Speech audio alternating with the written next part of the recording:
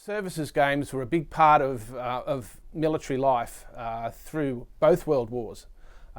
Particularly in World War II and in New Guinea, there was a lot of downtime, particularly at the end of the war. On the island of Bougainville, for instance, there were 20,000 troops waiting for the ship to take them home to their home ports.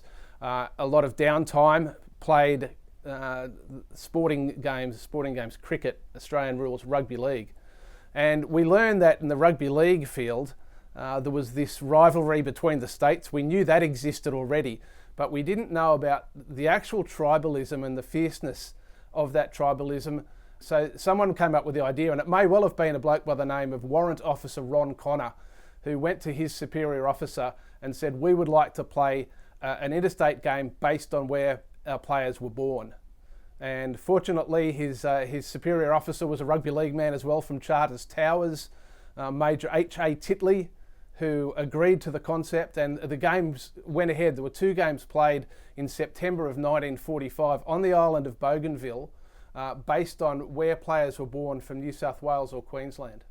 The sport's greatest rivalry was born in Bougainville in Papua New Guinea, which has got great significance for, I suppose, where the game of rugby league is now and the relationship with Papua New Guinea. There'd been stories during World War II that the Fuzzy Wuzzy Angels, those famous New Guineans who helped the soldiers march up the Kokoda track, loved rugby league, and even later on they loved watching the games played by the soldiers.